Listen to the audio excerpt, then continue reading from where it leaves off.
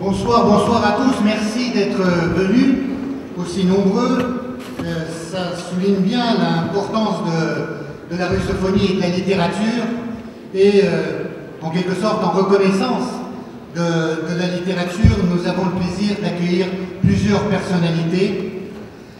Madame Olga Golodiets, qui est adjointe du Premier ministre russe, M. Medvedev, Son Excellence Alexandre Orlov, ambassadeur de Russie,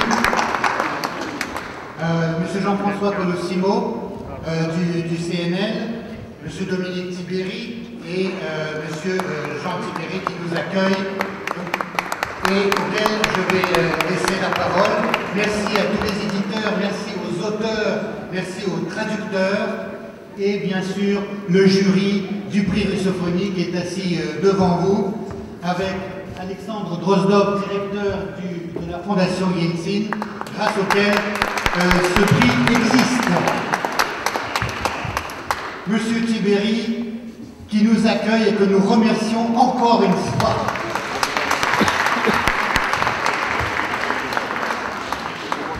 Madame la ministre, monsieur l'ambassadeur, mesdames, messieurs, les membres du jury, c'est un grand honneur et une grande joie de vous accueillir ici et je tiens à vous remercier d'avoir choisi le 5e arrondissement pour cette grande et belle manifestation.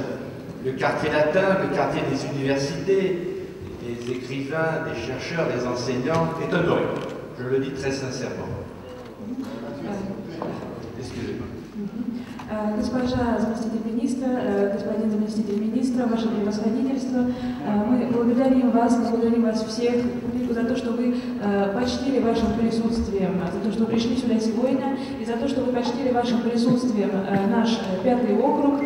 Это университетский квартал, это округ, который всегда был кварталом студентов, кварталом литературы, и сегодня мы имеем честь принимать здесь вас всех. C'est aussi une grande joie de rappeler les rapports entre la France et la Russie. S'il a pu y avoir parfois quelques difficultés, je crois que les rapports amicaux entre la France et la Russie sont absolument nécessaires, profonds. L'histoire culturelle, économique et politique en témoignent. И это хороший повод, чтобы поговорить о отношениях России и Франции, несмотря на какие-то трудности, которые иногда происходили между Россией и Францией. Я думаю, что отношения дружбы, глубокой дружбы в различных сферах абсолютно необходимо. Les liens très forts entre la France et la Russie dans un monde en le mouvement, les liens très forts, l'équilibre entre ces deux grands pays sont nécessaires à l'équilibre mondial. Я думаю, что в нашем постоянно меняющемся, движущемся мире очень глубокие дружеские связи между Россией и Францией, равновесие между Россией и Францией необходимо, собственно, чтобы поддерживать мир. Ma femme et moi sommes allés, bien entendu, en Russie. Nous gardons un excellent souvenir de l'accueil qui nous a été réservé, notamment à Moscou. Et je tiens à vous dire combien nous nous réjouissons de voir les rapports s'améliorer, aller dans le bon sens entre nos deux pays, dans un monde encore une fois difficile. Et je me réjouis des rapports que nous avons eu, monsieur l'ambassadeur, depuis votre arrivée à Paris, les rapports entre Paris, bien sûr, et Moscou, entre la France et la Russie. Vous y avez joué un rôle important. Je tiens à vous remercier de votre engagement et de votre amitié. И я хотела поблагодарить российскую сторону за прием, который нашим представителям устроили в Москве. И я очень радуюсь тому усилению дружеских связей, которые происходят между нашими двумя странами. Еще раз хочу повторить, в меняющемся и движущемся мире. И я очень рад нашему сотрудничеству с господином послом. Это сотрудничество очень хорошо проходит с тех самых пор, как господин посол занял свой пост здесь, и хотелось бы поблагодарить его за его активное участие в поддержке франко-российской дружбы. Madame la ministre, voulez-vous transmettre notre amitié, notre considération respectueuse au Premier ministre et aussi au président Poutine? C'est un moment très fort sur le plan culturel. Je vous souhaite bonne chance et tous mes vœux de réussite. И мне бы хотелось, чтобы, я бы хотела попросить госпожу замминистра, чтобы она передала наши дружеские чувства, заверения в нашем глубочайшем уважении и господину министру, и господину Путину.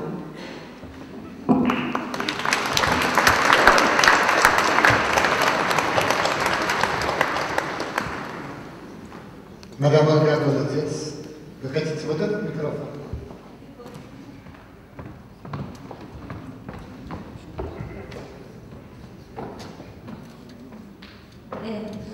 Bonsoir, mesdames, messieurs, et permettez-moi de parler en russe, excusez-moi.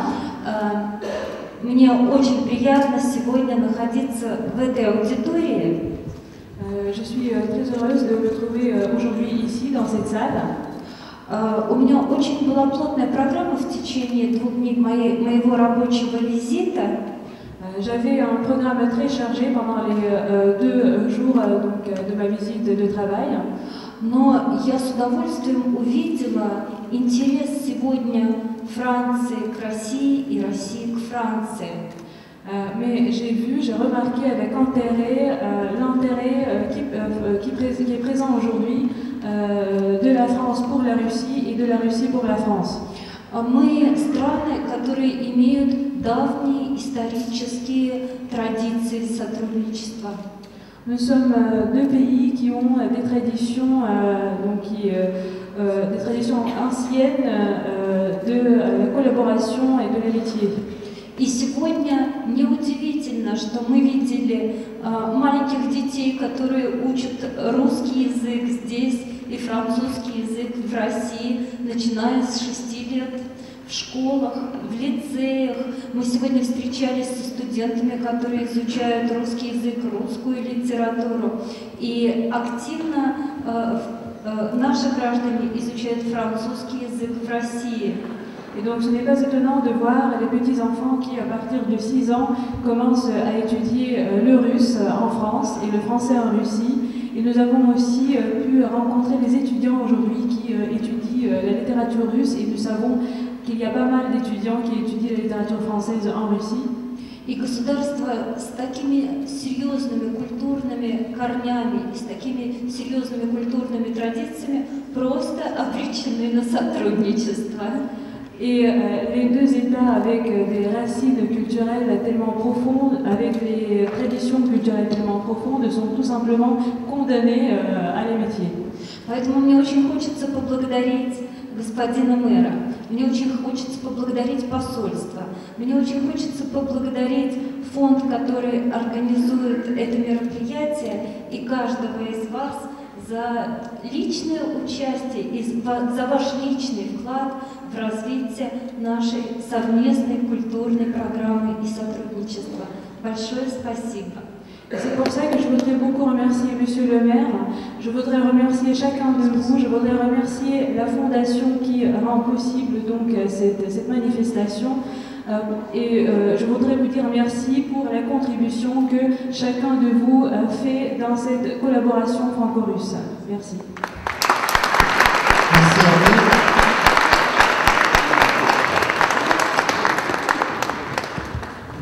Bien évidemment, nous ne pouvons pas ne pas mentionner le fait que nous sommes aussi le prix de la russophonie et que la russophonie c'est encore plus que la Russie et les écrivains d'Asie centrale qui sont présents ici en témoignent. Monsieur l'ambassadeur de la Fédération de Russie nous a fait l'honneur d'assister aussi à notre cérémonie de remise du prix russophonie et il a une petite mission particulière à remplir vis-à-vis de la directrice de notre prix, Christine Mestre. Господин посол также почтил нас сегодня своим присутствием, и у него сегодня особая миссия в отношении директрисы наших премий Кристин Мест. Добрый вечер, дорогие друзья. Во-первых, мне очень приятно всех вас приветствовать в этом прекрасном зале на таком важном событии, как очередное присуждение премии руссофонии за лучший перевод на французский язык книг русских авторов. Bonjour, je voudrais dire que je suis très heureux de vous voir tous venir assister à cet événement important qui est donc la 7e édition du prix russophonie qui est décerné pour la meilleure traduction en français des auteurs russes. Мне выпала очень приятная и почетная миссия вручить государственную награду создателю этой премии, директору премии Русофонии, госпоже Кристине Мессер, которую я приглашаю выйти на сцену. Et j'ai aujourd'hui une mission très honorable et très importante, c'est de décerner une récompense d'État à la directrice, à la fondatrice de ce prix Rusophonie, Christine Mestre.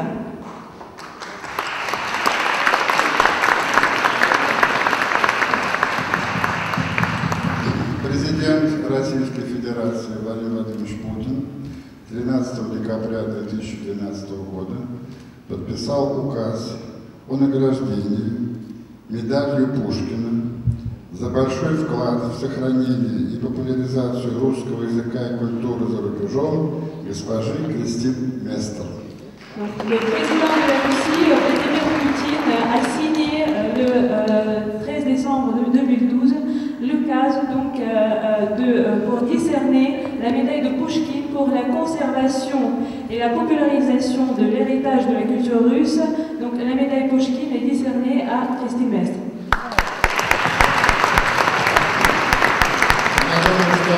Наверное, было бы трудно найти лучшую награду, как медаль Пушкина. Пушкин — наше все. Поэтому, конечно, мне очень приятно сейчас эту миссию выполнить. Я постараюсь вас не уколоть. Il serait peut-être difficile de trouver une récompense qui conviendrait mieux à cette situation que la médaille Pouchkine, parce que Pouchkine, c'est tout pour les Russes.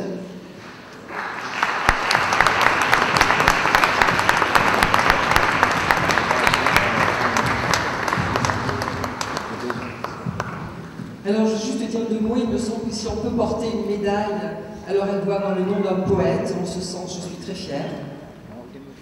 Очень гордо себя чувствуешь, когда носишь медаль, названную в честь такого великого поэта. Не только. Il me semble que si on doit porter une médaille, alors il faut qu'elle porte le nom d'un poète. Если уж носить медаль, то нужно, чтобы это была медаль имени поэта. Voilà, je voudrais remercier beaucoup d'amis, en fait. Toutes ces amitiés qui sont construites autour de la littérature, c'est une longue histoire. Il y a quelqu'un dans la salle qui m'accueillait il y a 40 ans. J'étais une jeune femme fébrile qui ramenait dans ses bottes et dans sa chapka des manuscrits. Voilà, j'ai renoué avec cette histoire grâce à Dimitri Koshko, qui est fondateur de Rusophonie, et grâce à tout ce que nous avons pu faire ensemble, grâce à ces journées que j'ai pu créer il y a 4 ans, j'ai pu renouer avec cet amour de la Russie et de la langue et de sa littérature qui a largement structuré toute ma vie. Voilà. Donc merci beaucoup, merci. Я бы хотела сказать спасибо своим друзьям. Это очень долгая история, которая вокруг литературы завязалось очень много дружеских связей. Я помню, как 40 лет назад я приезжала в Россию, вывозила оттуда самоиздатовские манускрипты в шапке или в сапогах. И вот я смогла снова, так скажем, возобновить эту традицию сотрудничества с русской литературой благодаря этой премии, благодаря Дням русской книги, которые были созданы 4 года назад. Вот, и я очень этому рада. Merci. Les personnalités que nous voulons accueillir s'excusent d'avance auprès de vous. Elles ont d'autres rendez-vous dans la soirée. Elles vont être obligées de nous quitter en pleine séance. Mais maintenant, je repasse la parole à la littérature. Christine, à toi. Merci. Oui, voilà une soirée qui commence fort bien, je dois dire. Je suis heureuse de vous présenter donc le jury du prix Rusophonie qui est avec nous ce soir. C'est Irène Sokologorsky, que vous connaissez depuis plusieurs années, qui est rédactrice en chef des Lettres Russes et directrice des Lettres Russes. Очень хорошо начинается этот вечер. Вот, и я бы хотела представить вам жюри, которое присутствует здесь сегодня. Ирина Соколовский, которую вы все знаете, главный редактор, директор журнала «Русская литература». Evgeny Bunimovitch, qui est poète, mathématicien, et qui est aussi chargé des droits de l'enfant à la ville de Moscou. Евгений Бунилович, математик, поэт и также уполномоченный по правам ребенка города Москвы. Françoise Genevray, qui est universitaire et qui est spécialiste de littérature comparée. Françoise Genevray, профессор в университете, специалист по сравнительной литературе. Gérard Cognot, professeur émérite, traducteur, éditeur, essayiste. Жерар Коньо, почетный заслуженный профессор и также переводчик, издатель и эссеист. Et Agnès de Sarthe, qui est écrivain et traductrice, qui a reçu un prix de traduction également. И Агнес де Сартр, писатель и переводчик, который также получил приз за перевод. Je voulais dire que c'est un jury dont je suis très très fière et très honorée de coordonner depuis plusieurs années. И я очень счастлива, что мне довелось координировать это жюри, и это очень почетно для меня. Donc je vais passer la parole à Françoise Jeanneret, qui va nous présenter un petit peu le panorama des publications de l'année. И я даю слово Франсуа Женевре, которая, так скажем, представит нам панораму авторов этого года. Le prix à 7 ans, l'âge de raison paraît-il, si la raison est là, ce qui reste à vérifier, l'enthousiasme en tout cas n'a pas faibli, ni chez les organisateurs, ni chez les soutiens et partenaires, ni dans le jury. Ну вот, нашей премии 7 лет, это уже сознательный возраст, появился у нас сознательность, это вопрос, но, по крайней мере, энтузиазм не иссяк ни среди переводчиков, ни среди издателей, ни среди публики, ни у жюри. Avant que ne vous soit présenté le palmarès détaillé, voici au nom de ce jury 2 ou 3 remarques très générales, une sorte de bilan mais très très bref, qui concerne non seulement le palmarès, mais l'ensemble des titres examinés cette année, 35 environ si j'ai bien compté, ensuite à peu près le chiffre habituel. И прежде чем мы представим номинантов, значит, на премию, позволим себе несколько ремарок от жюри, касающихся, собственно, всех произведений, которые были прочитаны в этом году, 35 произведений. Alors, inutile sans doute de préciser que les traductions qui n'entrent pas dans le palmarès n'ont pas à démériter et ne sont pas dévalorisées pour autant. Simplement, la liste est limitée par avance à 5 titres, soit 4 mentions et un prix. C'est la loi du genre, c'est le règlement aussi. Et je citerai quelques noms supplémentaires, évidemment pas tous, c'est absolument impossible. N'y voyez pas de négligence ou de dédain, c'est juste pour ne pas allonger démesurément les cérémonies. Конечно же, мы никаким образом не хотим сказать, что те переводы, которые не вошли в количество сегодняшних наших номинантов, каким-то образом нами не ценятся или каким-то образом у них хуже качество. Просто так получается, что в номинанты могут войти только 5 переводов, собственно, победитель и 4 специальные награды. Alors, ce qui nous a frappé à titre général, c'est l'ambition des traducteurs, des traductrices, qui se trouvent être plus nombreuses que leurs confrères masculins, et des éditeurs qui accompagnent leur travail. Je dis bien ambition, c'est-à-dire une aspiration légitime, et non pas prétention, parce que c'est une ambition qui a vraiment les moyens de ses objectifs. Что нас в этот раз потрясло, это целеустремленность наших переводчиков и переводчиц, которых становится все больше. И, скажем так, это хорошая целеустремленность, потому что, в принципе, эти переводчики видят перед собой конкретную цель. Alors, cela nous vaut des découvertes. Par exemple, je cite là un titre, Les Vaincus, de Elina Golovkina, en russe, Lebedina Pes, Le Chant du Cygne. C'est un roman historique et familial qui a été conçu dans les années 60, qui a été publié en russe en 1992, mais avec des coupures et des changements. Or, les éditions des Sirtes ont fait traduire par Xenia Jagello ce roman, ce grand roman, sur le texte original, sans altération, qui est donné par conséquent pour la première fois sous cette forme. И, например, одна из книг, которая на нас произвела большое впечатление, это книга «Побежденная» или «Лебединая песня» Ирины Головкиной. Это семейная сага времен революции и потом сталинских времен, которая была написана в 60-е годы. В России она была переведена только в 1993 году, причем с купюрами, с вырезками, а от издательства «Сирт» доверила перевод этой книги Ксении Егела и перевело ее по оригинальному полному тексту. Autre fruit de l'ambition dont je parle, c'est la présence dans la moisson de l'année de mise à jour, de retraduction d'œuvres complètes, par exemple Tsvetaeva aux éditions du Seuil, on va en parler, ou encore Isaac Babel aux éditions Le Bruit du Temps, grâce à Sophie Benech. Alors ces mises à jour, ces traductions visent à tenir compte du côté français des avancées qui ont été réalisées du côté russe dans la recherche et dans l'édition de ces auteurs. И также плодом этой целеустремленности являются новые переводы, пересмотренные переводы, как, например, переводы эссе Цветаевой или новый перевод Бабеля. И переводчики старались при этом учитывать ту работу, те, так скажем, обновления, которые происходили с этими текстами с русской стороны. Nous sommes toujours un petit peu en manque du côté des essais. Je le dis à l'intention des éditeurs qui se trouvaient dans la salle. Il y a quelques essais venus de Russie dans cette moisson, mais ils sont rares, il pourrait y en avoir davantage. Le théâtre est une grande absence, et peut-être par la nature justement des textes de théâtre de Simon Larampe, enfin disons de l'édition traduite.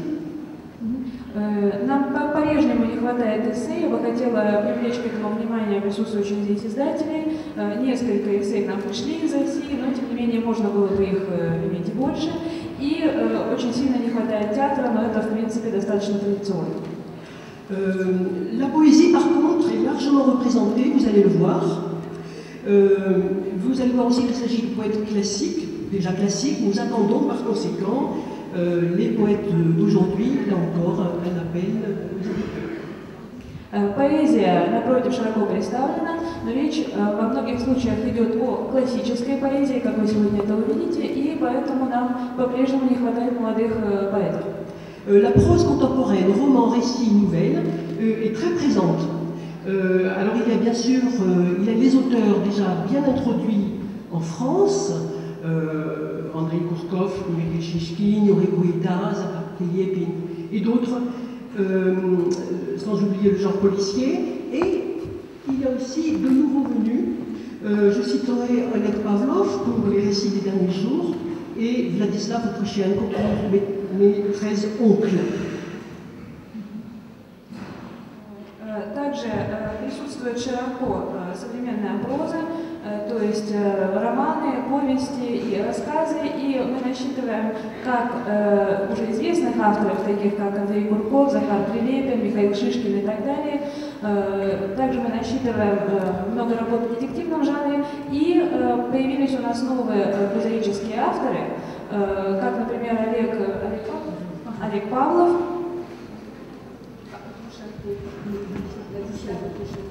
и Дорошенко. Si je regroupe ces deux derniers noms, ces deux derniers titres, donc, Récits des derniers jours et Mes 13 oncles, je finirai par là d'ailleurs, c'est aussi parce qu'ils ont la même traductrice, Anne-Marie Taxis-Botton.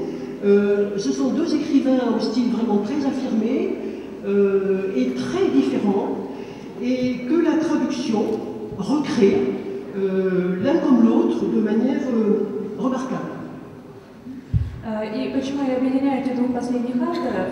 Дело в том, что книги и того, и другого переводила одна наша переводчица, Анна-Мария Таxis-Botton, и они оба отличаются, так скажем, очень интересным, замечательным стилем. Bon, il se trouve que Anne-Marie Taxis-Botton a reçu le prix Russophonie l'an dernier, comme quoi les lauréats ne dorment pas sur leur laurier. И это может показать, что наши лауреаты не почивают на лаврах, поскольку Анна-Мария Таxis-Botton была уже награждена премией Руссофонии в прошлом году. Et comme quoi la littérature russe se porte plutôt bien et continue de susciter en France des vocations brillantes. И, собственно, это показывает, что русская литература очень хорошо себя чувствует и что она по-прежнему привлекает внимание во Франции. Voilà, je passe maintenant la parole à Gérard Cognon, qui va vous présenter l'un des premiers titres et traducteurs retenus. И теперь я передаю слово Жерару Кунью, который представит вам первого нашего номинанта, первую книгу. Alors cet ouvrage est une anthologie poétique de Lobériou. Le titre en est La baignoire d'Archimède, choisie, traduite et présentée par Henri Abril aux éditions Circé. Henri Abril n'est pas là parce qu'il vit à Moscou. Первая наша книга – это антология поэзии периодов Ванна Архимеда. Она была составлена и переведена времена Анри Абриля. Henri Avril est effectivement le traducteur, on peut dire attitré des éditions Circé pour la littérature et la poésie russe. On lui doit déjà de nombreuses excellentes traductions et on lui avait donné il y a déjà longtemps le prix Russophonie pour une anthologie de poésie, de textes de Harms. Mais si on a tenu tout de même à mentionner cette publication, c'est à cause de l'importance du groupe auquel appartenait Harms et qui s'appelait les Oberiou, c'est-à-dire l'association pour un art réel. C'était le dernier groupe de ce qu'on peut considérer, enfin, de poètes, de dramaturges et aussi de philosophes qui s'étaient réunis autour du Kinouk de Leningrad lorsqu'il était dirigé par Malevich. Excusez-moi. И Анри Абриль является уже традиционным переводчиком русской поэзии в издательстве «Сирсе». Ему уже давали премию «Русофония» за переводы антологии Хармса, но мы решили еще раз включить его в наш список номинантов, потому что антология – это антология периодов объединения реального искусства, и это было философское, поэтическое, авангардное объединение, которое сложилось в Ленинграде. Oui, ils s'étaient retrouvés autour de ce dernier, de cet institut d'histoire de l'art qui était dirigé par Malevich, et en même temps, toutes leurs activités, au début, avaient lieu dans la maison de la presse, dirigée par Baskakov, et c'était une espèce de plateforme de l'avant-garde russe, mais ils ne se réclamaient pas de l'avant-garde, mais de ce qu'ils appelaient l'art de gauche, c'est-à-dire un art qui refusait l'endoctrinement idéologique et qui défendait les droits de la création, de l'imagination. Et ils ont été héroïques dans cette attitude, car c'était une attitude, on peut dire, sacrificielle à cette époque. Ils ont été persécutés, arrêtés, exécutés pour la plupart. C'est le cas de Harms, de Vedensky. Zabolowski, un autre grand poète de ce groupe, a été arrêté emprisonné et torturé pendant de longues années. Le seul qui a survécu, c'est Bartiriev, qui a vécu assez longtemps, mais c'était le dernier témoin de cette, disons, de ce groupe. Alors c'est un groupe très important. Это была очень важная группа, так скажем. Они сформировались в Ленинграде, действовали в Доме прессы, обретались в Доме прессы, и они стали платформой для действительно авангарда, но они не называли себя авангардистами, они называли себя представителями левого искусства. И они боролись против навязанной общественной доктрины, они боролись за свободу творчества, и в то время это была достаточно самоубийственная позиция, поскольку их и преследовали, их арестовывали, их расстреливали, то есть Веденский, Заболоцкий и другие имена, все они подверглись преследованиям, и, собственно, выжил только Бахтин. Alors, si on a choisi cette publication, c'est parce qu'elle est représentative de l'ensemble des membres de l'Oberiou. Jusqu'à présent, on ne possédait en français, dans d'excellentes traductions, que l'œuvre de Harms, traduite, il faut mentionner les œuvres complètes de Harms aux éditions Verdier, par Yvan Mignot, et les œuvres complètes de Vedensky aux éditions de la Différence, par un groupe de traducteurs, mais on n'avait jamais eu jusqu'à présent un recueil de cette importance regroupant l'ensemble des membres de ce groupe. Мы выбрали эту книгу, поскольку это антология, представляющая именно группу периодов. Раньше из этой группы во Франции публиковались только Хармс, в издательстве Вердье у него вышло полное собрание сочинений, и Веденский. Но не было до этого такой антологии, где были бы представлены все эти поэты. Alors, je donnerai simplement une très brève citation de Harms à propos de ce qu'ils entendaient par l'art réel. L'art réel s'inscrivait dans le sillage de la politique des futuristes. Ils se considéraient comme les successeurs des grands futuristes russes, de Kletnikov, la poésie Zaroum, la poésie qui fait passer le son avant le sens. Eux, ils avaient promené une politique de ce qu'ils appelaient le mot-objet. Voici ce qu'écrivait Harms dans une lettre. L'art véritable est de l'ordre de la première réalité. Il crée le monde et est son premier reflet. Il est nécessairement réel. Réel, et vous comprenez bien, pas réaliste. Ce n'est pas un art qui devait copier la réalité, mais c'était un art qui devait, au contraire, contribuer à créer une nouvelle réalité. Tous ces poètes étaient d'ailleurs des révolutionnaires. Ils n'étaient pas anti-révolutionnaires, mais au contraire, ils incarnaient le véritable esprit de la révolution. И я бы хотел только процитировать Хармса, то, что он говорил, собственно, о поэзии Абериутов. Они считали себя последователями футуристов, последователями хлебников, поэзии Зауми, поэзии, где звук был превыше смысла. Они говорили о слове-объекте, и я, так скажем, не смогу полностью процитировать резюме цитаты Хармса, то, что главное в искусстве, то, что оно должно не имитировать реальность, а создавать реальность. И в этом плане это было революционное, а не антиреволюционное движение. Alors, La baignoire d'Archimède était le titre d'une poésie de Harms, mais c'était aussi le titre d'un recueil que préparaient les Obériutes en 1929. Il faut pour donner des dates, ils ont commencé à se manifester à partir de 1925, et en 1929, ils commençaient déjà à être l'objet d'une campagne de dénonciation dans la presse communiste. Ce recueil n'a pas été interdit, mais la publication a échoué bizarrement à cause de divergences entre les Obériutes elles-mêmes et les formalistes russes qui étaient des compagnons de route, mais qui déjà étaient beaucoup plus prudents. Et c'est un signe, disons, de cet engagement héroïque des Obériutes qui sont allés, eux, jusqu'au bout de leur défense de la vraie poésie et de l'art authentique, de l'art autonome, de l'art en tant que tel. И вот это название «Ванна Архимеда», оно дано сборнику в память о сборнике, который готовили Абериуты, и Хармс выбрал для него название, собственно, своего стихотворения «Ванна Архимеда». Они готовили его в 1928 году, когда они уже начали подвергаться преследованию.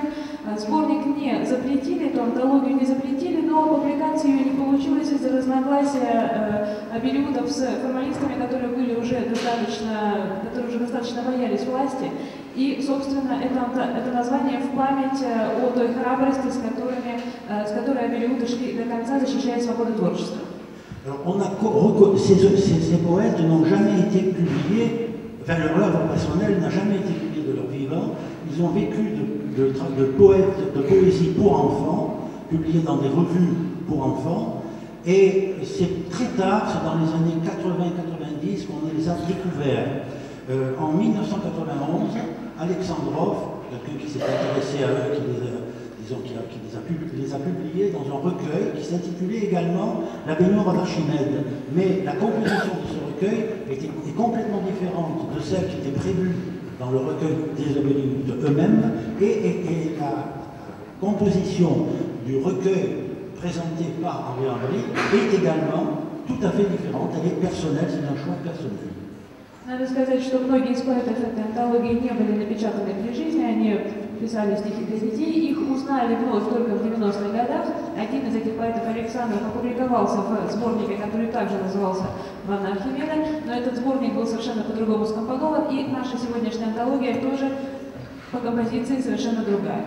Pourquoi nous avons choisi aussi cette traduction? C'est parce qu'elle est excellente. Avril a tenu à... D'abord, c'est une édition en bilingue, ce qui est à noter, c'est très important. Et Avril a appliqué les principes édictés jadis par Effi-Metkin concernant la traduction de poésie.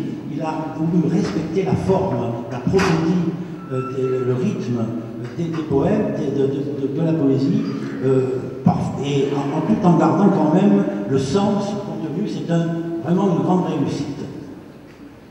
И почему еще мы выбрали эту книгу? За мастерство Авриля, который смог перевести ее согласно законам Эфкеля, который следовал этим, так скажем, законам в переводе, стараясь передать не только смысл, но и звук песни обычную, которые отличались эти поэмы. Alors je tiens quand même à énumérer les noms des poètes qui se trouvent dans ce recueil, outre évidemment les deux grands Obériutes, Harms et Wetensky. Il y a Zabarovsky, Barteliev, Vaginov et deux poètes presque oubliés, inconnus, Trouvel et Gennady Gor. Voilà. Et donc c'est aussi la qualité de la pertinence du choix que nous avons voulu honorer. Собственно, перечислены поэты, которые вошли в сборник, и также хотели бы отдать дань, так скажем, этому выбору. Merci Gérard pour cette passion. Il est venu avec sa bibliothèque, on se promène avec ses doudous, de nous avoir si bien parlé d'Henri Abré. Et maintenant, je vais passer la parole à Evgeny Golimovic, qui va nous présenter un autre traducteur qui est dans cette sélection, à qui je vais demander de bien vouloir se rendre aux côtés de Evgeny Golimovic. C'est Jean-Claude Schneider. S'il vous plaît, Jean-Claude, vous voulez bien venir. Спасибо большое за это представление Наиля Абриля. И теперь я бы хотела передать слово Евгению Голимовичу, чтобы он представил следующего нашего номинанта Жан-Клод Шнейдера.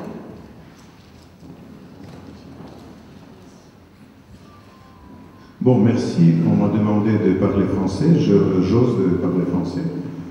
Pardon de la faute que je peut-être vais faire. Меня попросили говорить по-французски, я готов это сделать. Извините за те ошибки, которые, может быть, будут. Bon, Jean-Claude Schneider est lui-même l'auteur d'une quinzaine de livres de poésie et d'écrits sur l'art. C'est important. On va d'abord traduire. Хотите сам сказать по-русски? Говорите сами? Нет, я думаю, что это перевод лучше. Ah bon? Хорошо. Bon, c'est important, je vais dire en français puis en russe. Il a fait beaucoup de traductions d'allemand, et dans le domaine russe, son intérêt pour l'œuvre de Mandelstam est ancien. Des traductions de poèmes étaient parues dans la revue Argy dès 1975. Жан-Клод Шнейдер сам автор 15 книг стихов и книг об искусстве, и это, мне кажется... Je vous propose de traduire, mais on n'a pas compris. Ça va? Ça va? On va traduire? Ok, aucun problème. Bon, je dois dire que cette traduction de l'entretien sur Dante, paru à l'édition de la Dogana, qui publieront l'an prochain une version nouvelle de la 4e prose. Non. Je ne crois pas. Bon, je vais traduire moi-même si vous voulez, c'est aucun problème.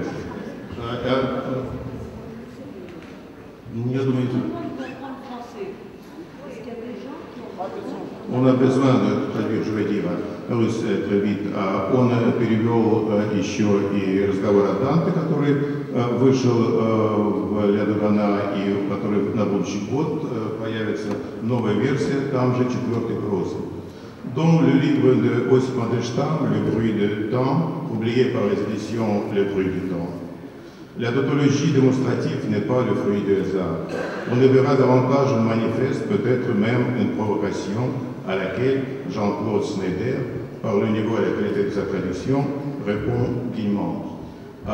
Здесь забавно то, что книга Осипа Мандельштама «Шум времени» вышла в издательстве, которое называется «Шум времени». Кстати говоря, Мандельштам был удивлен, когда его впервые вышла эта книга, она вышла в издательстве «Время», и его смущала эта параллель, а здесь она возникла снова, и это можно считать, конечно, и демонстративной тавтологией, и, конечно, это не случайно. Это и манифест, и, наверное, провокация, которой Жан-Клод Шнейдер уровнем и качеством своего перевода блестяще отвечает. Mandelstam est sûrement l'un des génies de la littérature russe les plus complexes et les plus difficiles à traduire. Je me rappelle un poète et traducteur américain, John Cray, qui avait reçu une bourse de recherche de Nantes pour la traduction des cahiers de Voronezh, et il est venu à Moscou. Tous les vendredis, il rassemblait chez lui des poètes moscovites, entre eux Ivan Zhdanov, Yuri Arabov et les autres. Et nous discutions dans le moindre détail chaque vers d'un seul texte de fameux cycle. Les débats étaient passionnés, chacun avait son interprétation, sa vision, sa version. Le traducteur était saisi par l'effroi et le désespoir. Que faire? Comment traduire Мандельштам? Мандельштам, безусловно, один из самых трудных для перевода гениев русской литературы. Я вспоминаю своего друга, американского поэта и переводчика Джона Хая, который получил возможность приехать в Москву на целый год для того, чтобы переводить воронежские тетради. Он собирал нас, московских поэтов, каждую пятницу, и мы обсуждали одно стихотворение из воронежских тетрадей построчно. И там были Иван Жданов, Юрий Арабов и другие московские поэты. И надо сказать, что каждый давал свою интерпретацию, свою версию, свое видение. И Джон Хай был, в общем-то, в ужасе. Он спрашивал, ну и что мне теперь делать, как мне переводить, и вообще как переводить Мандельштама. Юрий Айхенвальд en 1925 a écrit à l'occasion de la sortie de Bruit du temps. Il est difficile de rendre compte de ce livre, on ne peut pas le rencontrer car ce qui le caractérise, c'est son style. Comment traduire Мандельштам? Юрий Айхенвальд по выходе «Шума времени» проницательно написал об этой книге в 1925 году. О ней трудно дать представление, она не может быть пересказана, потому что все ее высокое своеобразие заключается в ее стиле. Мандельштам, dans le bruit du temps, précisait là où, pour les générations heureuses, la poésie s'exprime en hexamètre, sous forme de chronique. Ma gorge ne connaît que béance, et entre les siècles et mon bec, une crevasse. Un fossé comblé par le temps qui bruit. Мандельштам писал в «Шуме времени». Там, где у счастливых поколений говорит эпос гигзаметрами и хроникой, там у меня стоит знак зияния, и между мной и веком провал, ров, наполненный шумящим временем. L'ordre et le chaos des sons, la cacophonie et l'harmonie, le bourdonnement sourd et terrible de l'époque constituent le contenu essentiel du livre, plein de bruit et bien sûr de musique. Dès le premier chapitre, avec la musique de la gare de Pavlovsk, qui se veut le bruit des trains et au sifflement des locomotives, le livre est plein de sons, de musique, de bruit de temps. Le rêve absolu du poète s'oppose aux années sourdes, étant de percevoir la musique de la révolution dont parlait Bloch, évoquée plusieurs fois dans le bruit du temps.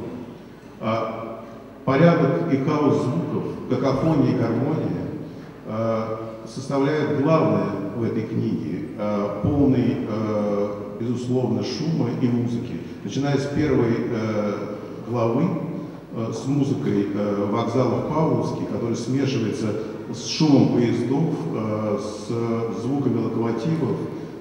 Вся книга полна звуков, музыки и шума времени. И абсолютный слух поэта находится в оппозиции к этим годам глухим и старается услышать ту музыку революции, о которой говорил Блок, который много раз упоминается в «Шуме времени». Un peu plus tard, au début des années 30, Mandelstam écrira « Garde à jamais mes écrits, dans lesquels se perçoit un arrière-goût de fumée et de malheur. Cet arrière-goût de malheur et de fumée sont parfaitement perceptibles dans ses souvenirs d'enfance, offerts au lecteur français dans la traduction de Jean-Claude Schneider. Немного позже, в 30-е годы, Мандельштам писал: «Сохрани мою речь навсегда за привкус несчастья и дыма, за смолу кругового терпения». И я думаю, что этот отзвук несчастья и дыма очень хорошо ощутим в этих переводах, в этих вспоминаниях детства Мандельштама, которые подарены французскому читателю в переводе Жана-Клода Шнейдера.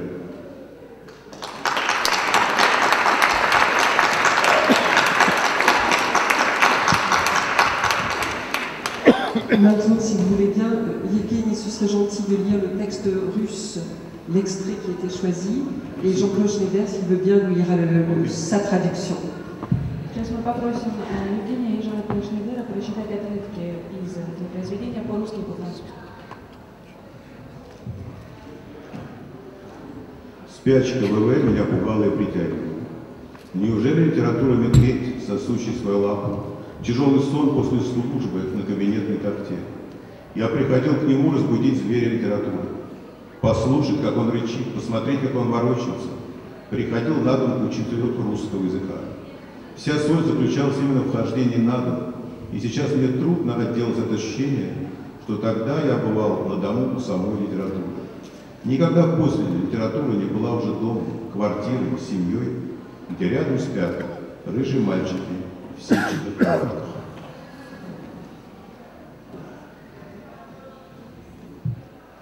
L'hibernation de VV me faisait peur et m'attirait. La littérature serait-elle un ours qui se suce la patte, un sommeil pesant après le service sur le divan du cabinet de travail? J'allais chez lui réveiller la bête littéraire, l'écouter rugir, la regarder tourner d'un flanc sur l'autre. Je me rendais dans la maison de mon professeur de langue russe. Tout le sel était précisément dans ce déplacement jusqu'à la maison. Et aujourd'hui encore, j'ai du mal à me débarrasser du sentiment que j'allais alors au domicile même de la littérature.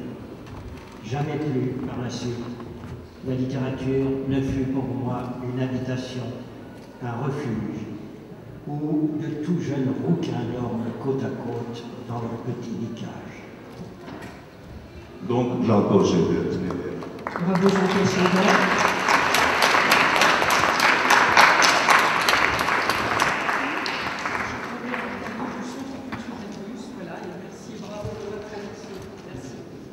La part du Centre culturel russe. Включается подарок от Российского культурного центра.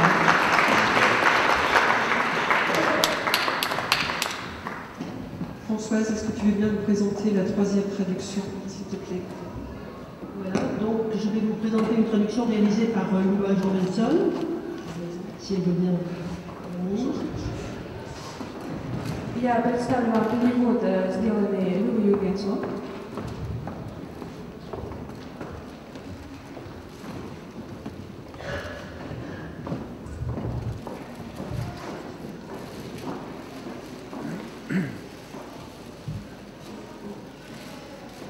Alors normalement, on n'a plus à présenter Luba Jorgensen, elle n'en a plus besoin.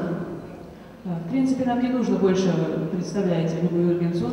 Mais je pars du principe que nous ne sommes pas tout à fait dans des circonstances normales, et d'autre part qu'un certain nombre de personnes, peut-être dans la salle, ne la connaissent pas encore, et par conséquent, les quelques mots qui vont suivre leur seront utiles. Но мы все-таки не в совсем обычной ситуации, к тому же в зале могут быть люди, которые ее еще не знают, и поэтому я хотела бы вам ее представить. Alors voici Luba Jorgensen pour la troisième fois au palmarès de ce prix. La dernière fois, c'était il y a 2 ans, en 2011, comme premier prix, ex aequo, pour un essai littéraire, et philosophique de Vladimir Toporov, un essai partant de Gogol et qui s'intitule Apologie de Pouchkine ou la dimension humaine des choses. И вот Люба Юргенсон, она сегодня уже в 3-й раз номинант в премии «Русофония». Она уже получала премию «Русофония» в 2011 году за перевод эссе русского писателя Владимира Топорова, эссе, которое называется «Апология Пушкину» или «Человеческое измерение вещей». Aujourd'hui, c'est pour ce roman de Léonid Guerchovitch, traduit chez Verdier également, et intitulé Schubert à Kiev. И сегодня она номинирована на премию «Русофония» за перевод романа Леонида Гершовича, который в оригинале называется «Ви. Вокальный цикл Шуберта на слова Гоголя». Alors, Luba Jorgensen est née à Moscou. Le russe est sa langue maternelle, comme on dit. Elle vit à Paris depuis l'âge de 17 ans. Люба Юргенсон родилась в Москве, ее родной язык русский, она живет в Париже, начиная с возраста 17 лет. Elle écrit et travaille dans les 2 langues et surtout peut-être au croisement des 2 langues, car le russe et le français s'articulent constamment dans sa pratique quotidienne, dans ses pratiques quotidiennes. Она работает на двух языках, или скорее на пересечении этих двух языков, поскольку русский и французский постоянно чередуются в ее ежедневной работе. Alors, sa pratique d'enseignante et de chercheuse en littérature russe à l'université Paris 4 Sorbonne. Прежде всего в ее преподавании и исследовательской деятельности по русской литературе в университете Париж-4. Sa pratique d'édition dans le domaine russe, puisqu'elle co-dirige la collection Poustieki chez Verdier et chez d'autres éditeurs comme Les Sirtes, Le Bruit du Temps, etc. Elle contribue à repérer des textes, voire à dénicher des inédits avant de les traduire. Par exemple, tout récemment, les récits de Julius Margolin qu'elle a tirés de l'oubli, d'un certain oubli, disons. И также в ее издательской деятельности, поскольку она сотрудничает со многими издательствами, такими как Вердье, Сирт и другие, при составлении коллекции русских авторов она помогает найти ту книгу, которую нужно будет перевести. Так, например, она, так скажем, отыскала для издательств книги Юлиуса Марголина, которые сегодня многие забыли. Qu'il s'agisse de coordonner une œuvre collective de traduction ou d'y contribuer directement, et souvent d'ailleurs les deux ensemble, comme pour les récits de la Colima de Varlam Shalamov ou pour divers écrits de Tsvetaeva, Luba Johansson est toujours à l'œuvre. Она также координирует действия группы переводчиков, так, например, при переводе колымских рассказов Шаламова или при переводе Цветаева. On ne compte plus de surcroît ces traductions en solo, surtout, pas seulement, mais surtout à partir d'auteurs modernes, Berberova, Jabotinsky, etc., et d'auteurs contemporains aussi, Mikhail Kononov, Édouard Schulman, Anatoly Korolyov, etc. И мы уже практически потеряли счет тем переводам, которые она делает самостоятельно. Это переводы как современных авторов, Берберова, например, Жаботинского, и других авторов, которые были перечислены. C'est une traductrice infatigable, comme vous l'aurez compris depuis que je multiplie les etc. Как вы успели понять, это неутомимая переводчица. Mais Luba Johansson est aussi romancière et essayiste littéraire. Je pense notamment à ce livre vraiment fondamental qui a pour titre L'expérience concentrationnaire est-elle indicible? C'est un ouvrage sur la littérature des camps, le goulag et les camps nazis aussi bien, qui réfléchit au rapport entre cette expérience, le vécu des camps et sa transcription après coup. La transcription après coup et littéraire de cette expérience des limites. Люба Клинцов также романистка, и она пишет эссе, и одно из фундаментальных эссе, которое она написала, касается того, можно ли каким-то образом описать опыт, прожитый в концентрационных лагерях, как в ГУЛАГе, так и в лагерях в Германии. Она рассуждает о том, можно ли каким-то образом об этом опыте написать. Alors, Luba Johansson a dit parfois qu'elle avait deux têtes, l'une russe et l'autre française. En fait, je pense qu'on est loin du compte avec ce chiffre. Ça, c'est pour la tête traduisante, mais il y a aussi la tête enseignante, la tête pensante, la tête chercheuse. Et je m'arrête là pour ne pas tomber dans la mythologie qui nous guette et qui transformerait l'intéressé en Hydre de Lerne version moderne, ce qui serait un compliment bien mauvais. И Люба Клинцов мне говорила как-то, что у нее две головы, одна голова французская, одна русская, но я думаю, что голов-то гораздо больше. То есть есть русская и французская голова для перевода, но есть также голова, которая учит, есть голова, которая думает, есть голова, которая издает и так далее. И давайте не будем уж перечислять дальше, чтобы не удариться в мифологию и не получить перед нами образ, так скажем, современной Гидры. Et pour ce qui est de l'auteur et de son livre, je préfère laisser la parole à la traductrice. Une traductrice vraiment exceptionnelle, alors bicéphale, multicéphale, tout ce qu'on voudra, comme on voudra, en tout cas bilingue, comme on en voit peu, et qui a la littérature vraiment chevillée au corps. И для того, чтобы, собственно, говорить о книге, я предоставляю слово этой выдающейся переводчице.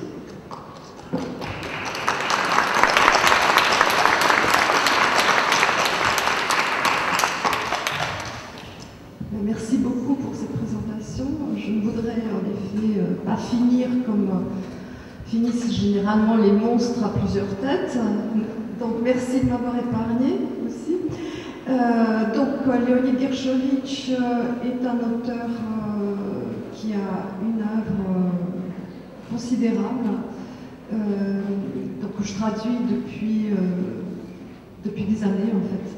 C'est le 3e ouvrage traduit en français aux éditions Verdier, dans la collection Poustiaki que je co-dirige avec Anne Koldefy.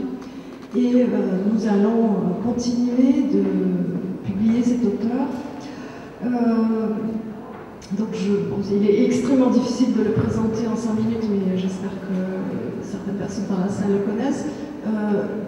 C'est un auteur qui a plusieurs têtes lui aussi, puisqu'il est à la fois écrivain et violoniste professionnel.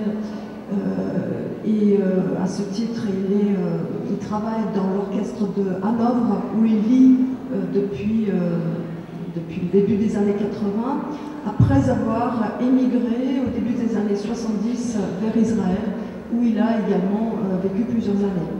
Donc c'est une œuvre très particulière d'un écrivain qui non seulement écrit en russe tout en vivant en Allemagne, mais qui s'est construit comme écrivain, dont le talent d'écrivain s'est épanoui en exil, et qui donc a fait une œuvre immense dans une langue qu'on ne parle pas dans la rue, là où il habite. Я резюмирую то, что сказал Кенсон. Леонид Гершкович это достаточно... Gershkovitch a eu plusieurs occasions de s'exprimer sur cette façon d'écrire en russe comme si c'était une langue morte, donc je ne vais pas en parler. И Леонид Гершкович уже много говорил о том, как писать на русском, как на мертвом языке.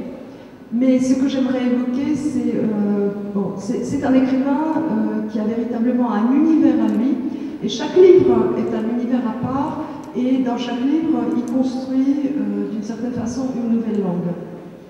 И я бы хотела сказать, что это писатель, который имеет собственную вселенную, и в каждой книге он создает новую вселенную, и в каждой же книге создает новый язык.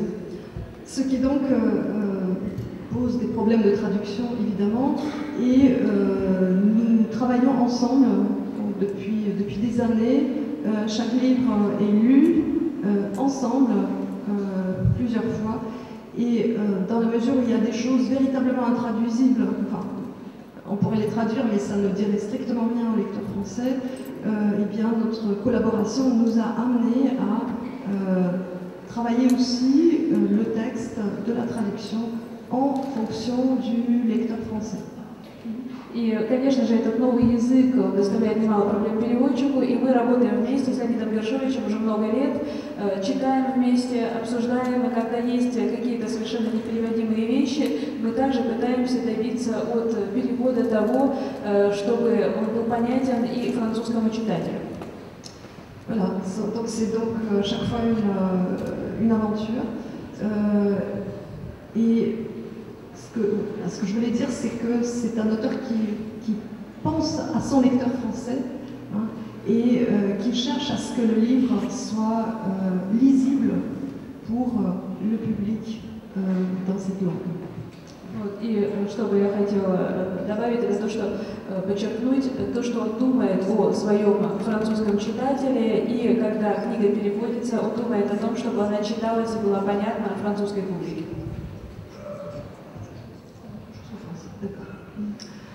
Alors, je lis un extrait. Alors, peut-être juste dire que ce dernier livre, Schubert à Kiev, relate une histoire qui se passe à Kiev pendant l'occupation, et l'occupation nazie allemande, et très précisément dans les milieux musicaux, notamment à l'opéra de Kiev.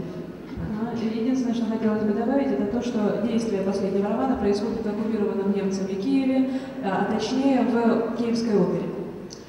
On avait raconté à Lozimine que lors de la première répétition, l'ancien chef d'orchestre du cirque Krone avait posé son pistolet chargé sur son pupitre. Celui qui ne commence pas à temps, je l'abats. Après un tel prélude, personne ne commença. Münster dit alors, c'était une blague. Mais, pour citer Alexandre Pouchkine, les blagues sont une belle façon de donner aux jeunes une leçon. On le surnomma le capitaine monstre. Le sommeil ne venait pas. Lozimine avait beau chasser la peur par la porte, elle revenait par la fenêtre. Il avait convié Münster pour 2h30 à la Russe. Dans le petit mot qu'il lui avait envoyé, il mentionnait en passant la cuisinière experte en cuisine géorgienne. Le capitaine monstre lui avait fait répondre qu'il viendrait sans même le remercier. Une grande nation raffinée, ça.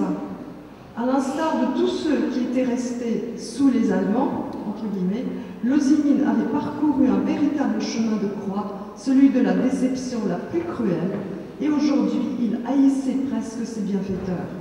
La liste des offenses qu'il avait essuyées personnellement était brève pour l'époque. Elle était même carrément ridicule, surtout comparée à la pluie de bienfaits qui s'était déversée sur lui après tout ce qu'il avait enduré sous les soviets. L'essentiel n'était pas là. Les raisons pour lesquelles lui, un intellectuel russe, avait joué la carte européenne étaient perçues par les Allemands sous un jour offensant pour lui.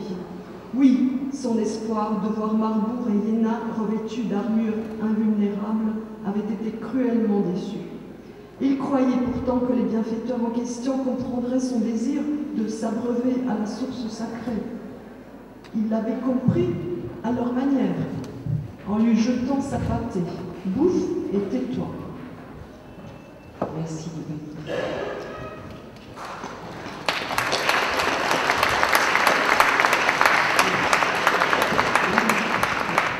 Est-ce que Boris Akounine, restez sur la scène de là parce qu'on doit faire un petit hommage à Boris Akounine et à ses traducteurs. Et vous êtes un de ses traducteurs, je pense. Est-ce que Boris Akounine, qui était là, est parti? Est-ce qu'on a tellement... On va essayer de le voir. Non? Ouais, il était censé... Il savait qu'il... Oui, il savait, bien sûr. C'est pour ça qu'il est à côté de vous, et de Paul Lequet. Bon, on va peut-être continuer notre palmarès. Cite déjà les traducteurs de la Non, on va continuer notre palmarès. Quand Boris Akounine reviendra, on refera l'hommage au traducteur et à Boris Akounine. Пока мы продолжим, когда Борис вернется, мы дадим ему. Irène, c'est à vous.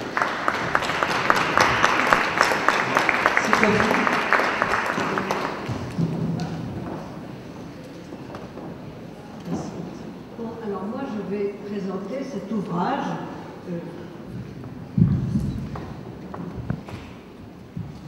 Cet ouvrage, Tsvetaeva, Marina Tsvetaeva, récit et essai, œuvre, tome 2. Я представлю следующий перевод. Это Марина Цветаева, рассказы и эссе, собрание сочинений, том 2. Je commencerai parce que Marina Tsvetaeva a écrit elle-même de ses poèmes, éparpillés dans des librairies, gris de poussière, ni lus, ni recherchés, ni ouverts, ni vendus. Mes poèmes seront dégustés comme les vins les plus rares quand ils seront vieux. Перевод 39 страницы журнала. То есть перевод, это перевод Цветаевой. Когда-то Марина Цветаева сама сказала о своих стихах: «Моим стихам, написанным так рано, настанет свой черед». Моим стихам о юности и смерти, нечитанным стихам, разбросанным в пыли по магазинам, где их никто не брал и не берет, моим стихам, как драгоценным вином, настанет свой черед. Alors, cet ouvrage a été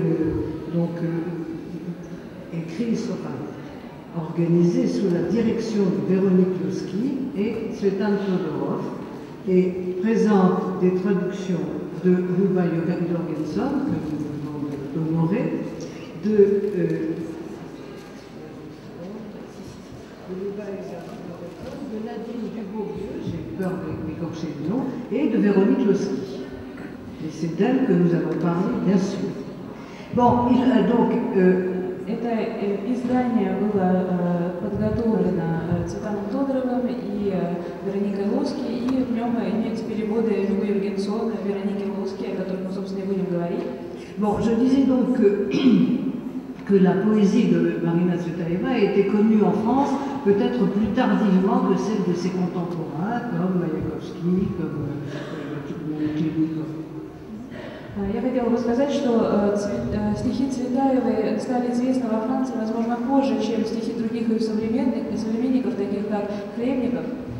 Bon, il en a été de même de sa prose, puisque Marina Tsvetaeva, et on le voit dans ses deux volumes, c'est le deuxième volume, est également un grand écrivain, un grand prosateur du début du siècle.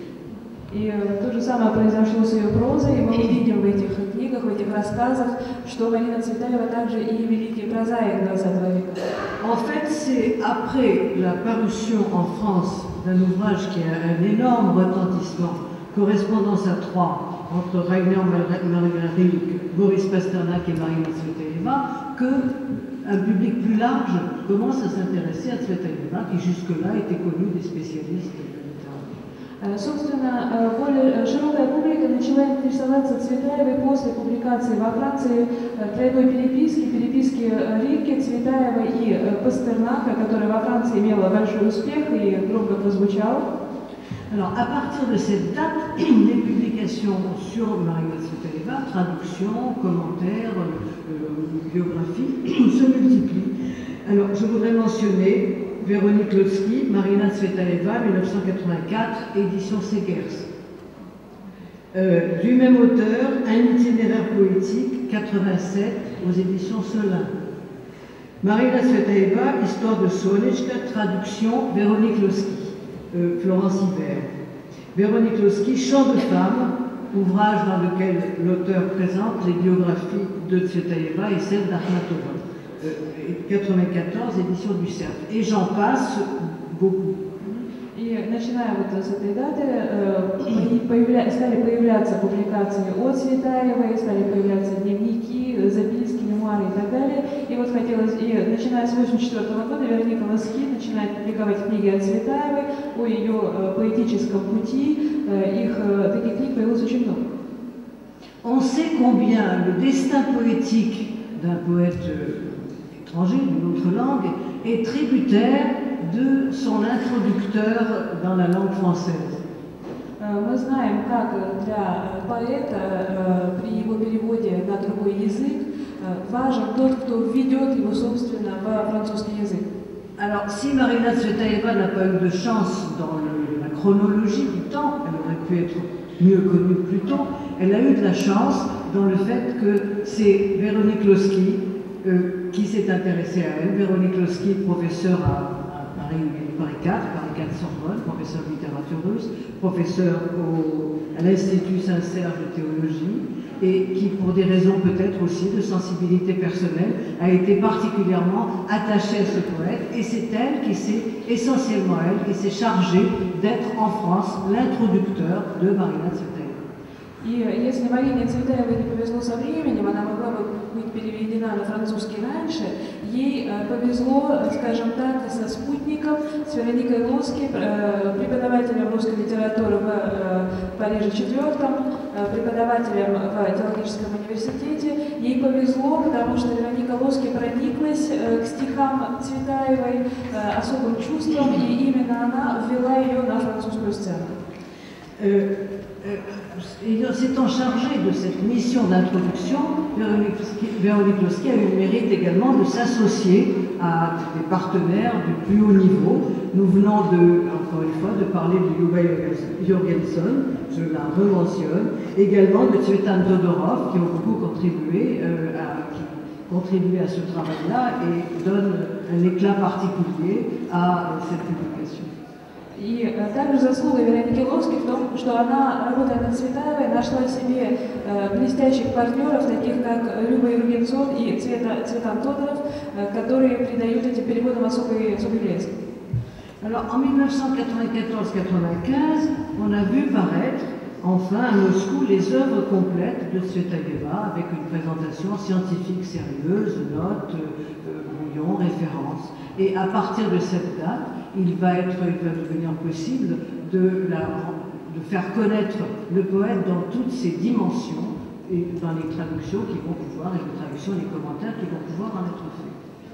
И, наконец, в 1994-1995 годах появилось опубликовано полное собрание сочинений Марины Цветаевой с прекрасной научной презентацией, то, что позволило французскому читателю уже узнать этого поэта под разными углами, с комментариями, с переводами и так далее. Alors, dans cette perspective, 3 ouvrages majeurs sont à signaler. D'abord, en 2008, aux éditions des Cirques, les carnets, 1913-1939, sous la direction de Luba Jorgenson, Véronique Losky assurant la postface. Например, 3 больших, так скажем, 3 фундаментальных издания, которые появились, это в 2002 году дневники Марины Цветаевой до 1939 года, и созданы они были Любой Юргенсон, и Вероника Лосky писала предисловие. L'ensemble avec l'appareil de notes, l'appareil de présentation, les textes font magnifiquement percevoir la relation intime qui existe chez la poétesse entre le vécu et la fiction, entre la vie et la poésie. И комментарии, заметки к этому изданию показывают прекрасно ту, так скажем, те интимные отношения, которые Марина Цветаева, которыми она связывала свой личный опыт и свою поэзию. Alors, en 2010 et en 2011 paraissent au seuil, surtout ces 2 volumes, là je vous présente aujourd'hui le deuxième, 2 volumes des œuvres sous la direction de Véronique Losky et de Tsvetan Todorov. И вот выходит книга, которую я вам покажу, это собрание сочинений Марины Цветаевой под редакторством Вероники Лосky и Цветана Тодорова. Alors, le premier volume, le premier tome a présenté des textes directement autobiographiques qui font mieux connaître les 30 premières années de la vie de l'auteur. В первом томе представлены, собственно, автобиографические произведения, то есть то, что представляет нам жизнь Цветаевой. Le deuxième volume, qui est celui que nous avons retenu, qui a attiré notre attention, l'attention du jury cette année, est composé donc de 2 ensembles, les récits évoquant les années révolutionnaires et la vie dans l'immigration, et d'autre part, la fiction, avec des essais, avec des textes des textes sur les auteurs préférés de l'écrivain, sur un certain nombre de problèmes généraux tels qu'elle les voit, la famille, l'amour, les relations. И во втором томе, который вот мы сегодня представляем, собраны, этот том состоит из 2 частей, в нем собраны, с одной стороны, свидетельства Марины Цветаевой о том времени, о времени революции и о времени, которое она провела в эмиграции, и, с другой стороны, эссе, то есть литературное произведение, посвященное в том числе ее любимым писателям и прочим. Préfacé avec beaucoup de détails et avec éclat par Tsvetan Todorov, ces 2 volumes, et notamment le deuxième, donnent à la fois des textes qui n'avaient jamais été connus du public français, des textes inédits, mais également des traductions refaites à la lumière des nouvelles connaissances. C'est ce à quoi a fait allusion tout à l'heure Françoise Genebré. И вот это издание с прекрасным и детальным предисловием Цветана Тодорова, оно представляет, собственно, неизвестные произведения и новые переводы, которые учитывают изменения, которые произошли и о которых уже говорила сегодня Françoise Genebré. Alors, 3 traductrices ont collaboré à ces 2 volumes et elles ont le mérite d'avoir travaillé ensemble, d'avoir coordonné leur travail de façon à créer une unité dans le vocabulaire mais également dans le style. Et la différence entre les traducteurs, qui doit exister certainement, n'est pas perceptible. Le lecteur a une qualité de traduction égale et très agréable. И работали над ним 3 переводчика, которые сумели, так скажем, скоординироваться, скооперироваться и создать равное по качеству произведения. Je dirais que ces 3 volumes, et en particulier celui-là, sont des événements dans la vie littéraire française.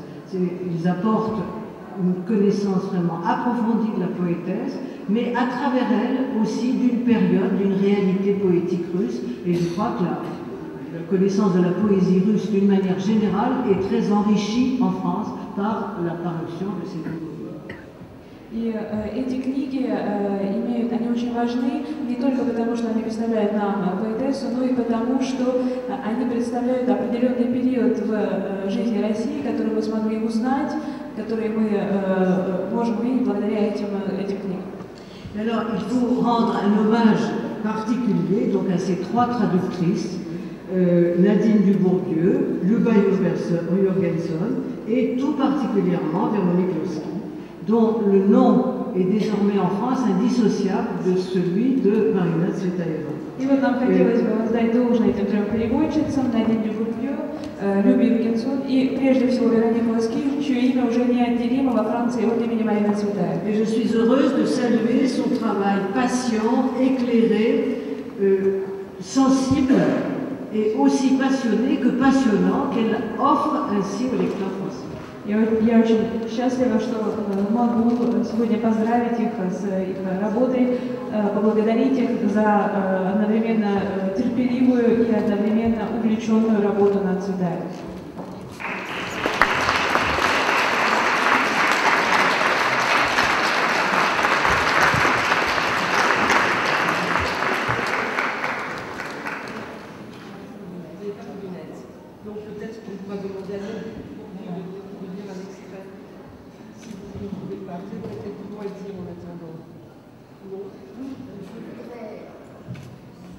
Je voudrais juste souligner que dans la composition de ces volumes sont entrées des œuvres jusqu'à présent inconnues non seulement du public français mais aussi du public russe, puisqu'elles ont bénéficié de l'ouverture des archives de Marina Tsvetaeva en 2000, et que certains passages du livre, certains chapitres du deuxième volume sont entièrement inédits, aussi bien pour le lecteur russe, parce que les recherches ont permis de mettre en évidence des textes nouveaux, notamment une version nouvelle du récit de Tsvetaeva sur Natalia Goncharova, une autre version nouvelle sur Rilke, des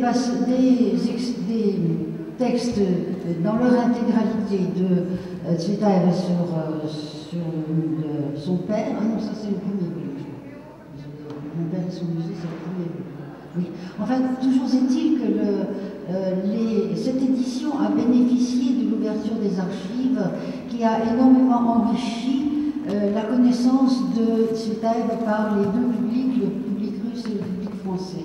Et je voudrais aussi ajouter que dans l'équipe que nous avons formée à trois, il y avait cette grande qualité du goût pour Tsvetaeva et de la connaissance très approfondie que mes deux collaboratrices avaient de l'œuvre de Marina Tsvetaeva. Et ça a énormément agrémenté notre travail. Merci beaucoup. Vous comprendrez, c'est un ouvrage essentiel pour tous ceux qui aiment Tsvetaeva. Et maintenant, Nadine Dubourdieu va nous lire un extrait. Простите меня, поручили спросить, есть ли сейчас в зале кто-нибудь, кто не понимает французский, кому необходим перевод, кто не понимает французский, кому необходим перевод на русский? Все ушли, да? Хорошо, тогда мы больше не будем переводить на русский язык, поскольку время несколько ограничено. L'art est un combat, le mien, et celui de la nature entière qui souffre. Mon combat d'être humain, combat contre l'espace et le temps. Mon combat est à travers moi de tout ce qui se passe, combat contre l'inexistant. Si les roses fleurissaient éternellement, si je vivais éternellement, en lisant des contes par exemple, si la mort n'existait pas, l'art n'existerait pas non plus. Éterniser, c'est arracher à la mort.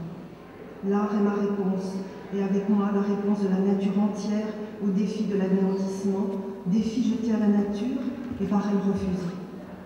La loi de la nature n'est guère qu'une loi à laquelle la nature est soumise, loi tolérée mais non innée et contre laquelle elle s'élève par chacun de ses brins d'herbe et par chaque vers, n'est éternelle dans la nature que son aspiration à l'éternité. C'est là le point où la nature, habituée à sa propre âme éternelle, et moi, nous sommes alliés à jamais, car nous pouvons accepter le défi, en comprendre le sens et accepter de signer notre propre anéantissement. Merci.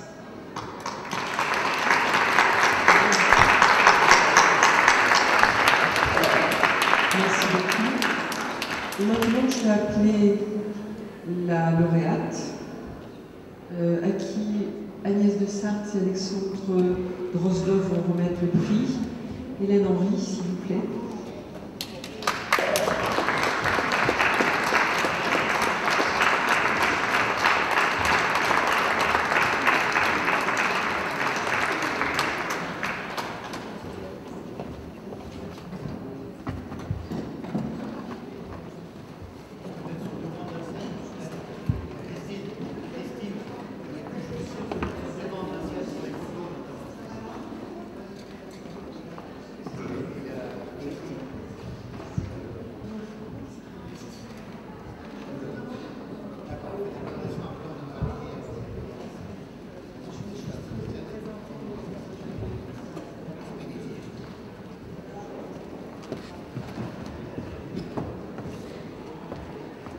On termine en beauté avec la traduction de Hélène Henry qui a accompli un exploit, à mon avis, à notre avis à tous, membres du jury, en traduisant cette très belle biographie de Boris Pasternak par Dmitri Bykov. Pourquoi c'est un exploit? Parce que quand on traduit, l'important c'est de trouver la voix de l'auteur, et ensuite, une fois que cette voix est trouvée, il suffit de se laisser hanter. Mais là, c'est beaucoup plus compliqué que ça, parce qu'il y a la voix de Dmitri Bykov, mais il y a la voix de Pasternak, et puis Pasternak rencontre Tsvetaeva, alors il faut aussi trouver la voix de Tsvetaeva, et aussi de Mandelstam et de Bloch. Tous les poètes se rencontrent à travers cette biographie extraordinairement riche.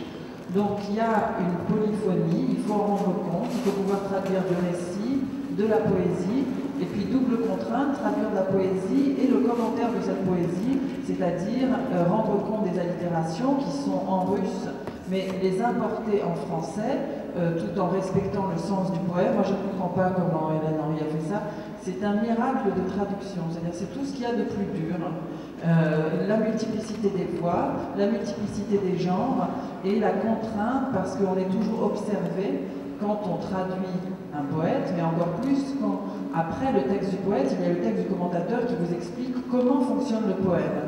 Donc il faut que le poème retrouve un fonctionnement identique à ce qu'il avait dans la langue d'origine, ce qui est stupéfiant. Et c'est une réussite magnifique. Donc nous remercions tous Hélène Henry de nous avoir émerveillés. On a eu beaucoup de chance avec toutes ces traductions, mais là ça a été un couronnement. Donc je m'incline devant la majesté.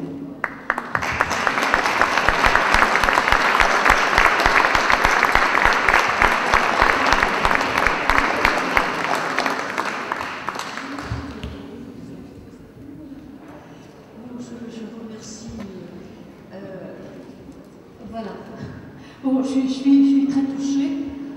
Je remercie beaucoup le jury. Je remercie Agnès de Sarthe pour les mots beaucoup trop, je vais dire, flatteurs qu'elle vient de prononcer. Et je suis particulièrement heureuse, à vrai dire, que ce prix de traduction me soit donné pour un livre consacré à Boris Pasternak. Boris Pasternak, c'est par là que j'ai commencé. Mon premier livre de traduction en 1982, c'était la poésie de Boris Pasternak, et je suis particulièrement heureuse d'avoir pu mener à bien la traduction de la biographie de Dmitri Bykov.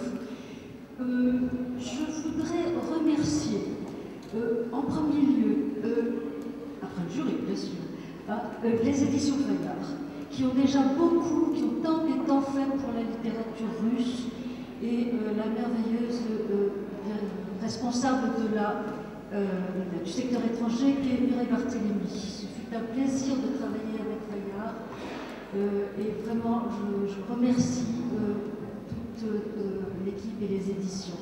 Voilà. Bon, je remercie tous mes amis qui, de partout, hein, de Moscou, de Paris, de Washington, qui ont répondu aux questions dont je les ai, comment dire, harcelées, hein, pour traduire ce livre. Et puis, je voudrais remercier quelqu'un qui n'est pas là, qui ne nous fait pas l'honneur d'être là, et qui est l'auteur. Parce que Dmitri Bykov a tout de même, lui, réussi une espèce d'exploit, hein, en écrivant un gros livre qui est à la fois un roman, presque un roman d'aventure, qui est un livre d'histoire, hein, qui est une fresque historique précise à la fois et touchante, et puis qui est un livre de poésie. Hein. Dmitri Bykov nous prend par la main et nous guide le long de l'itinéraire personnel, poétique, politique aussi de Boris Pasternak. Hélène, je vais transmettre les paroles pour Dmitri Bykov demain à Moscou. Merci beaucoup.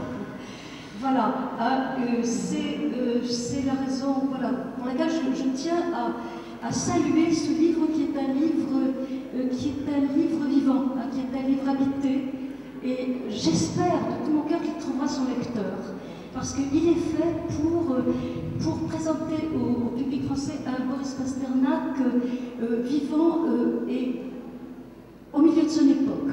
Hein, c'est vraiment le portrait d'un grand artiste et d'un intellectuel russe. Hein, il est né en 1890, hein, au milieu d'une époque cruelle, hein, et cette espèce de présence de la poésie dans l'époque, eh bien, il est au mieux présent dans ce livre-là.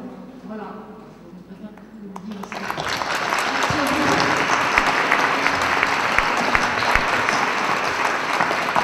Si vous voulez bien que vous remettre le prix, M. Alexandre Drozdov, directeur de la Fondation Yeltsin.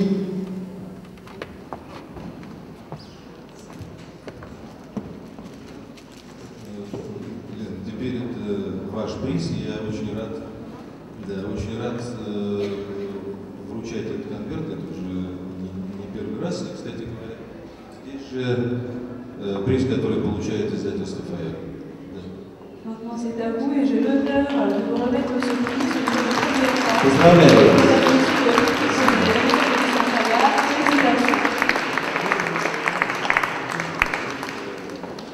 Дело к ночи, поэтому я буду в телеграфном стиле. Нельзя не сказать о этой премии, которой фонд Ельцина, президентский центр, тоже приложил руку. Каждый раз убеждаешься в том, что русофония имеет абсолютную ценность, прежде всего потому, что она стала большим, чем литературная премия, исключительно важным фактором общественной жизни обеих стран, и России, и Франции. Такой, знаете, интерфейс, такой посредник между профессиональным переводческим цехом и общественностью. Очевидно также, что абсолютную ценность имеет российская, русская литература нашей страны 20 века. Мне, как читателю, откровенно говоря, не хватает только одного, чтобы в современной российской литературе появилось произведение, которое опрокинет абсолютно все из наших традиционных представлений о том, что такое сегодня отечественный литературный процесс. Я хочу пожелать переводчикам, с которыми мы имеем счастье работать, когда-нибудь заполучить в свои руки что-нибудь из этого рода. Je vais être très bref parce que c'est déjà tard, mais je ne pourrais pas ne pas parler de ce prix Russophonie à laquelle auquel la Fondation Yeltsin a aussi contribué. Il est évident aujourd'hui que ce prix n'est pas seulement un prix littéraire, qu'il a une valeur absolue parce qu'il est devenu une sorte de médiateur entre nos deux cultures. Il est devenu une sorte de médiateur aussi entre les traducteurs professionnels et leur public. Et ça prouve aussi la valeur absolue que la littérature russe a en France. Et la seule chose qui me manque aujourd'hui, c'est une œuvre écrite par un écrivain russe qui bouleverserait toute une présentation de ce que est cette littérature aujourd'hui. Et je souhaite aux traducteurs de tomber un jour sur cette œuvre bouleversante. Ну вот, когда у нас в Петербурге, я имею в виду Россию, говорят о том, что хорошо бы вам добиться того, чтобы было поменьше искусства и побольше правды. Это отдельная тема для обсуждения. Я считаю, что мы должны сыграть так, чтобы выиграла и правда, и искусство. Поэтому поздравляю вас еще раз. Мы все, и вы, в первую очередь, делаете все правильно. Спасибо. Всех благ. Quand on critique la Russie, on dit souvent qu'il faudrait peut-être faire de façon que vous ayez moins d'art mais plus de vérité. C'est un sujet à part, mais je ne suis pas d'accord parce que je crois qu'il faut jouer de façon que l'art et la vérité gagnent tous les deux. Et pour cela, vous faites tout votre possible. Donc, je voudrais vous saluer et vous féliciter encore une fois. Et puis, s'ajoute encore l'hommage du centre culturel russe, en personne de son directeur, Igor Alexandrovich Shpinov, qui lui aussi Chère madame, le centre culturel, le centre de Russie pour la science et la culture, vous donne les meilleures félicitations de notre part. On a suivi les saisons de la littérature et de langue 2012, comme vous comprenez. C'est l'incarnation de l'esprit en France de votre exploit et surtout sur le thème Pasternak. Il n'y a pas d'incarnation de vous. Merci à vous.